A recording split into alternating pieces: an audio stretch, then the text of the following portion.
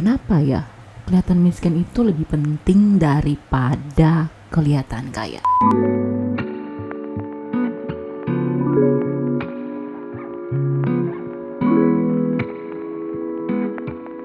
Kita akan tahu ya, di dunia modern ini itu konsumerisme.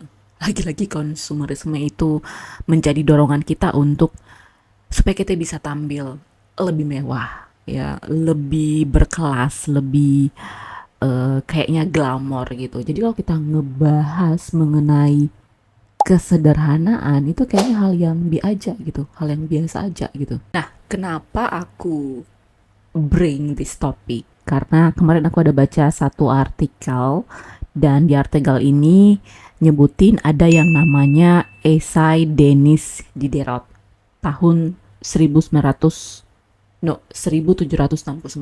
Nah, judul bukunya ini, esainya ini itu adalah The Regrets on Parting with My Old Dressing Gown.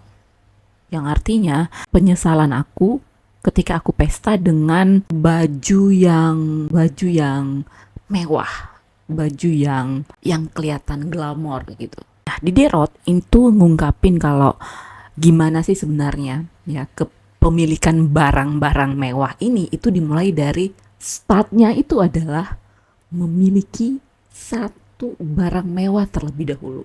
Nah, hal ini itu bisa memicu kita untuk terus dan terus lagi ya mengkonsumsi barang-barang mewah ini. Itu jadi kayak lingkaran circle yang nggak pernah berkesudahan. Aku mikirnya kalau misalnya esai Diderot ini itu sangat relevan banget ya dengan kehidupan modern sekarang yang cenderung pakai barang-barang mewah, pakai barang-barang brand ya. Dan nah ini nih yang sebenarnya kayak cenderung jadi pemicu kita untuk terus memakai, terus mengkonsumsi sesuatu yang sebenarnya kita nggak perlu amat gitu. Nah, hal yang pertama yang aku mau ungkapkan di sini adalah gimana efek Diderot ini itu dia ngungkapin satu konsep itu yang ngejelasin kalau gimana ya, bagaimana sih sebenarnya kalau misalnya kita mulai aja satu pembelian barang mewah itu akan memicu kita untuk membeli serangkaian pembelian barang mewah lainnya. Dia cerita gini, kalau bagaimana dia membeli satu jubah ya, satu jubah baru untuk dipakainya yang untuk berpesta. Jadi baju itu mewah banget dan dia ngerasa ketika udah membeli baju mewah itu dia ngerasa barang-barang yang di rumahnya itu kayak barang-barangnya itu kayak barang-barang yang udah gak sesuai gitu dengan pembelian barang gaun mewahnya tadi, dan kerasa semua barang-barang dia punya itu kayak udah usang, kayak udah old banget gitu. Nah, fenomena ini jelasin di esai Diderot ini menjelaskan kalau satu pembelian barang mewah itu akan mendorong kita untuk tampil lebih mewah lagi dan menyebabkan kita terus memakai barang-barang yang brand, barang-barang yang kita anggap mewah, better dari yang sebelumnya kita beli. Dan ini akan berkelanjutan dan itu akan membuat kita jadi orang yang mengkonsumsi barang yang sebenarnya nggak kita perlukan, dan itu akan terus berlanjut dan berlanjut terus. Apalagi ini yang kedua nih, apalagi di era digital sekarang ya, kita gampang banget dapat informasi, lihat barang mewah ini, barang brand ini gitu ya. Kayaknya media sosial tuh kayak memperkuat dorongan kita ya supaya kita tampil sempurna. Kayaknya nih orang pakai brand ini, artinya dia adalah orang kaya gitu, orang yang punya kasta lebih gitu lah ya ceritanya. Dan kita nih sebagai yang pengkonsumsi media sosial, kita ngerasa perlu untuk ngikutin tren ini, tren yang ditampilkan oleh media sosial. Nah, stigma ini nih ya, kalau udah pakai dompet merek ini itu artinya orangnya udah kastanya udah lebih gitu. Dan sebenarnya ya ini yang jadi membuat kebanyakan kita mengkonsumsi barang-barang yang sebenarnya kita nggak butuh banget.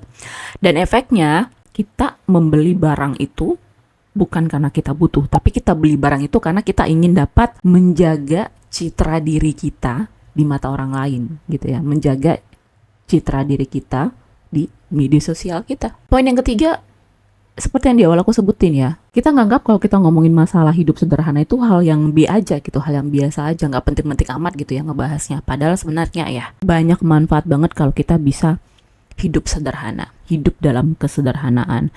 Ya aku udah ngerasain banget ya semenjak udah hampir 9 tahun menjadi seorang minimalis, mengadopsi gaya hidup minimalis ini, aku kayak ngerasa lebih fokus pada hal yang benar-benar penting gitu dalam hidup aku. Dan aku nggak gitu mikirin gitu ya orang mau beli apa, orang mau pakai brand apa, orang mau jalan-jalan kemana. It's no problem for me, and aku nggak stres amat gitu mikirin mereka jalan-jalan ke luar negeri bareng dengan siapa, posting-posting lagi makan di mana gitu ya, karena aku nggak ngerasa ada tekanan sosial gitu secara psikolog gitu ya dalam kehidupan aku. Secara psikolog maksudnya secara psikologis gitu. Dan aku ngerasa kalau pengelolaan uang aku itu lebih penting ya, the most important itu adalah bagaimana aku ngelola keuangan aku dan finansial aku itu lebih baik ya daripada aku posting sana posting sini ya, pakai brand ini beli itu, tapi ujung-ujungnya ternyata aku belinya pakai kartu kredit dan nyicil gitu, dan itu enggak banget buat aku. Nah, ada penelitian ya yang katanya kalau ada sebenarnya hubungan antara hidup dalam kesederhanaan dengan kebahagiaan. Nah, justru ketika kita miliki banyak barang itu pasti ujung-ujungnya menimbulkan stres, menimbulkan kecemasan, menimbulkan anxiety. Nah, penelitian ini mengatakan kalau dengan hidup sederhana sebenarnya itu orang yang hidup dalam kesederhanaan itu akan lebih menghargai apa yang dia punya, lebih akan menghargai orang-orang di sekitarnya, lebih akan mengapresiasi pengalaman hubungannya dengan orang lain, bukan dengan barang yang dia punya. Dan di efek Diderot ini itu ngungkapin kalau kepemilikan dengan barang-barang yang mewah tadi ya dimulai dengan kepemilikan satu barang mewah dulu ya startnya itu, hingga akhirnya cenderung akan membeli barang-barang mewah lainnya. Dan di efek Diderot ini menjelaskan kalau ternyata ketika kita memiliki barang baru dan barang baru lagi itu bisa mengakibatkan beban buat kita ya, even secara finansial, waktu, tenaga dan lain sebagainya. Dan ketika udah jadi beban maka kita akan susah mencari sumber kebahagiaan. Nah, itu dia hubungannya. Strategi yang aku baca dari artikel itu ya, ketika kita mau menerapkan menghindari efek dari Diderot ini, lagi-lagi untuk hindarin yang pertama itu adalah gimana buat anggaran yang jelas. Budgeting ya, is always budgeting.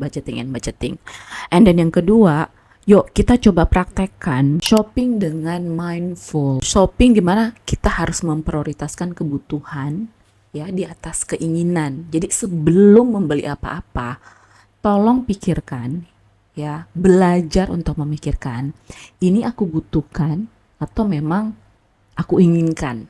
Dan itu kadang-kadang kayak kelihatan beda-beda tipis gitu ya. Nah, hati-hati di situ. Dan yang ketiga ya, kemarin ada waktu aku live YouTube, ada yang bilang, "Kak, gimana Kak caranya supaya kita bisa terhindar dari impulsive buying?" Satu hal sih, dan aku yakin kalian semua nggak suka. Solusinya itu satu, menghindari paparan media sosial. Kalau bisa nggak usah punya media sosial, tapi di zaman-zaman sekarang ini ya, kan kayaknya impossible banget kalau kita nggak punya media sosial. Nah, saran aku kalau misalnya kalian suka tertrigger membeli sesuatu karena paparan media sosial ya, baiknya ada videonya, bisa dilihat di sini apa di sini, itu gimana sih caranya supaya kalian itu terhindar dari impulsive buying. Caranya gampang, berikan waktu untuk kalian supaya kalian punya spare time ya selama 2 minggu, ya paling sedikit 2 minggu untuk bisa memikirkan mau beli barang itu atau enggak, membeli barang itu emang butuh atau enggak, membeli barang itu penting atau enggak gitu. Karena kalau misalnya kamu beli barang itu, kalian juga bisa tetap hidup juga. Nah, pikirkan hal yang seperti itu, kan berikan waktu untuk kalian sebelum memberi suatu barang. Dan satu lagi, ya kalau misalnya kalian pengen beli sesuatu, jangan karena ada dorongan lagi promo di media sosial, lagi diskon atau lagi vibes ya, lagi viral. Hindarkan FOMO, YOLO kayak gitu deh ya. Pokoknya utamakan membeli sesuatu bukan karena dorongan kamu fear of missing out, karena lagi tren, karena lagi promo atau diskon. Nah itu dia 4 hal itu, jangan lupa. Sebenarnya kalau hidup sederhana ini di beberapa negara itu banyak sebenarnya konsepnya ya. Kalau misalnya di tempat kita tuh ada namanya hemat pangkal kaya. Di Swedia mungkin ada dengan istilah lagom. Lagom ini artinya belajar untuk hidup cukup, untuk hidup tidak berlebihan. Dan ada lagi kalau di Jepang itu ada namanya apa ya, kalau nggak salah wabi sabi gitu ya.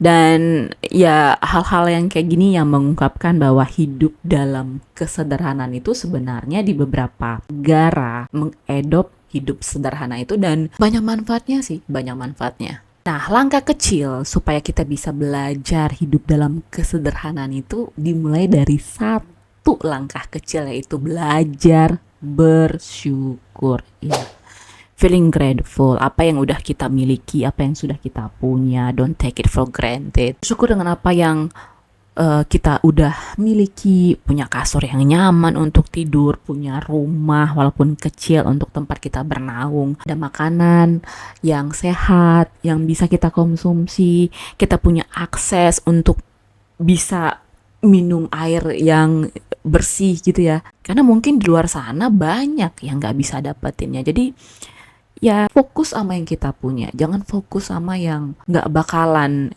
maksudnya jangan fokus pada apa yang kita inginkan, fokus aja sama yang udah kita punya gitu sekarang. Dan kalau menurut aku ya, kalau kita udah punya yang namanya kesehatan, terus punya orang-orang yang kita cintai, teman, saudara, sahabat gitu ya.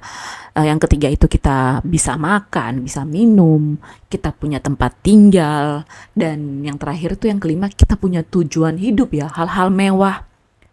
Kayak gini nih, orang yang mungkin nganggapnya itu adalah hal yang simple, tapi kalau menurut aku itu adalah hal yang mewah yang bisa kita miliki ya, yang bisa kita punya dalam hidup. Wah itu udah oke banget ya.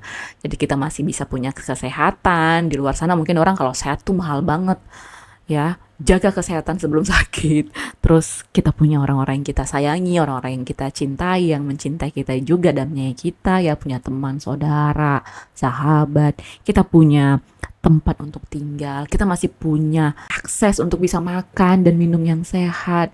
Dan yang kelima itu adalah kita punya tujuan hidup. Wow, itu is more than enough. Jangan anggap hidup sederhana ini kayak hal yang B aja ya. Kalau menurut aku hidup sederhana itu sebenarnya hidup dalam kemewahan yang mungkin orang nggak bisa dapetinnya. So, ya itu dia video aku. Mudah-mudahan kalian suka. Kalau kalian suka, share dong ke teman-teman yang lain ya, supaya orang nganggap kalau hidup sederhana itu bukan hal yang B aja gitu ya, tapi ada satu kemewahan tersendiri ketika kita hidup dalam kesederhanaan. Thank you for like, comment, and subscribe, and see you in the next video. Bye-bye.